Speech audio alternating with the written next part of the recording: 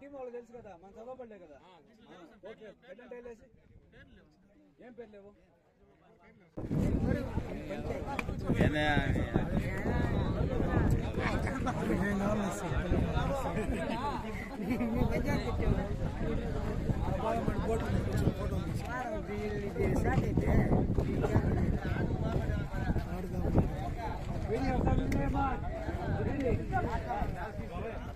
First power ప్లేలో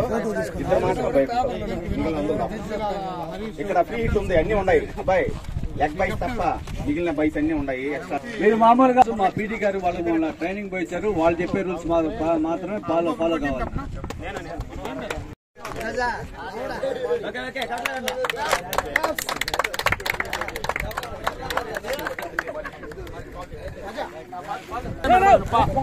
building team లోపల పోండి, బండ్లు బయట పెట్టండి, బండ్లు బయట పెట్టండి.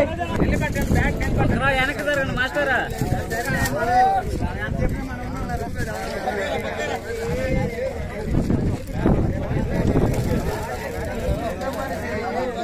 ఓకే బాగుంది కాపులు సార్.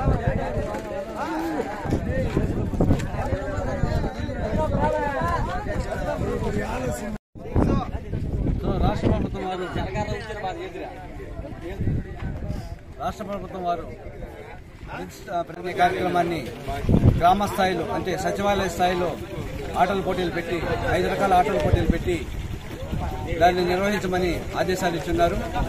వారి ఆదేశాల మేరకు వాకాడు మండలంలో మనం మొన్న 3వ తేదీ జమీపతి మండలంలో 3 సచివాలయాలకి స్టార్ట్ చేశాము. అలాగే ఇక్కడ అంటే పూడిరాయితరు బయట కుప్పంలో 2 సచివాలయాలకి ఇక్కడ 5 రకాల ఆటలు అంటే cricket, kabaddi, kho kho, badminton, volleyball ఈ 5 ఆటలకి ఇక్కడ పోటీలు నిర్వహిస్తున్నాం.